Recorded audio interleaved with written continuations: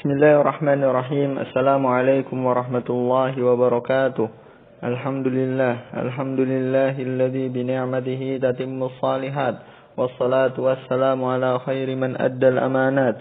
Allahumma inna nas'aluka ilman nafi'an wa rizqan tayyiban wa amalan mutaqabbala. Allahumma 'allimna ma yanfa'una wanfa'na bima 'allamtana wa zidna ilman ya rabbal alamin.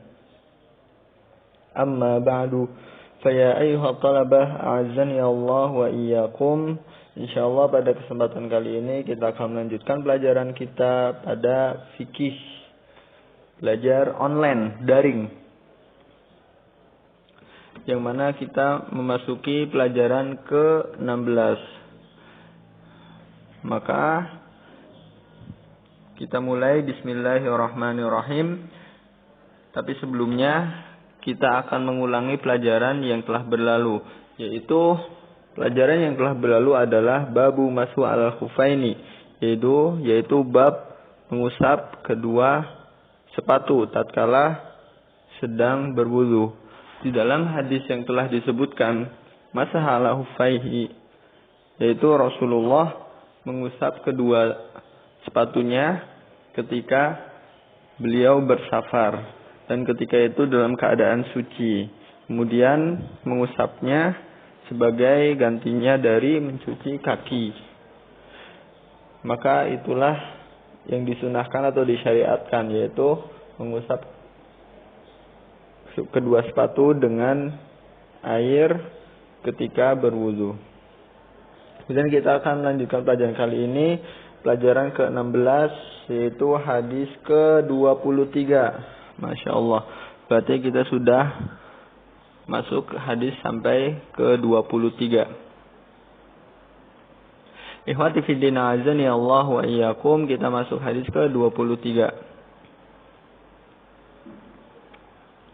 Babu fil madhi wa ghairihi. Bab dalam masalah madhi dan selainnya. Kita akan masuk bab madhi. Apa itu madhi? Perlu diketahui ayyuhal ikhwah, ini hal yang perlu diketahui sebagai seorang laki-laki atau mungkin perempuan juga. Kita berbicara di sudut pandang laki-laki. Seorang laki-laki itu, mohon maaf, kemaluannya bisa mengeluarkan beberapa cairan, beberapa air, yang mana dalam kondisi tertentu. Yang pertama adalah kencing, yaitu air yang keluar tatkala dia ingin buang hajat, buang air kecil. Itu air kencing. Al-baulu bahasa Arabnya. Itu air kencing. Air kencing itu najis dan membatalkan wudu.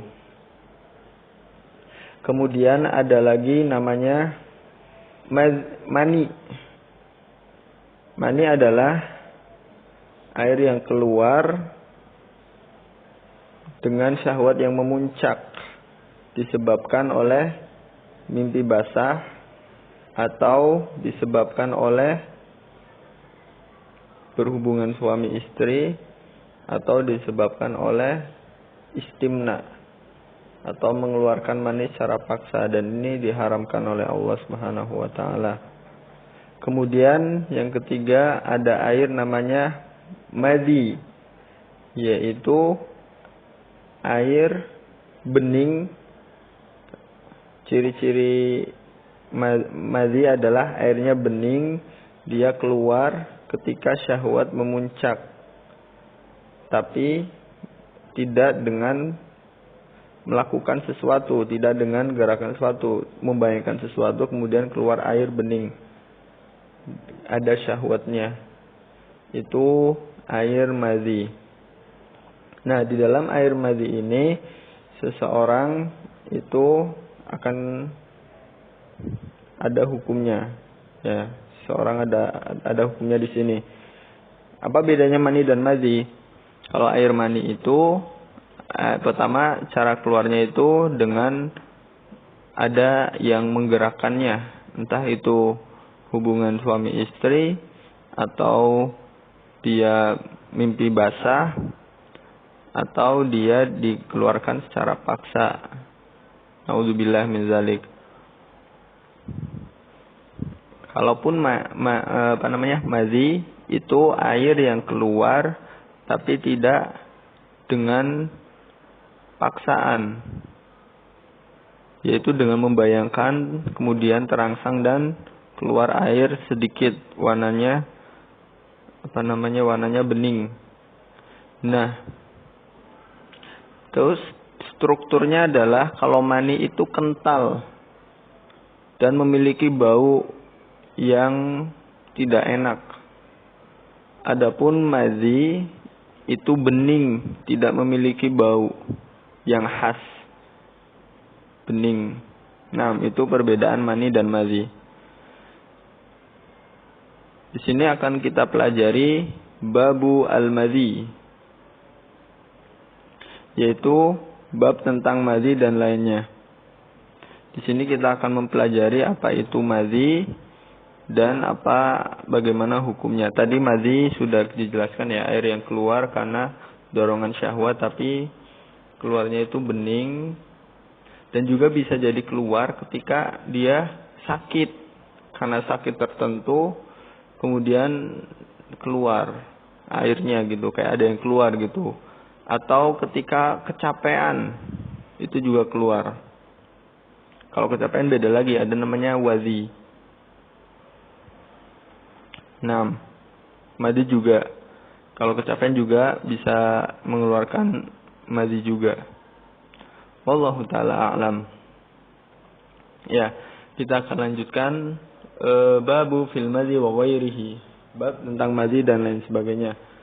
Di sini akan kita bacakan hadisnya.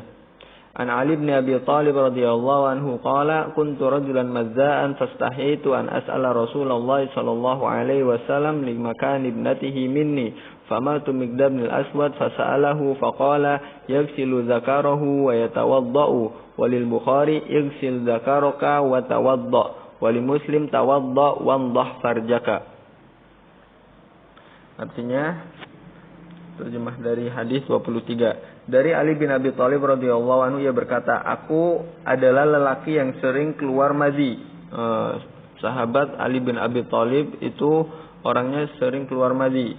Tapi aku malu untuk bertanya kepada Nabi SAW karena putri beliau adalah istriku sendiri.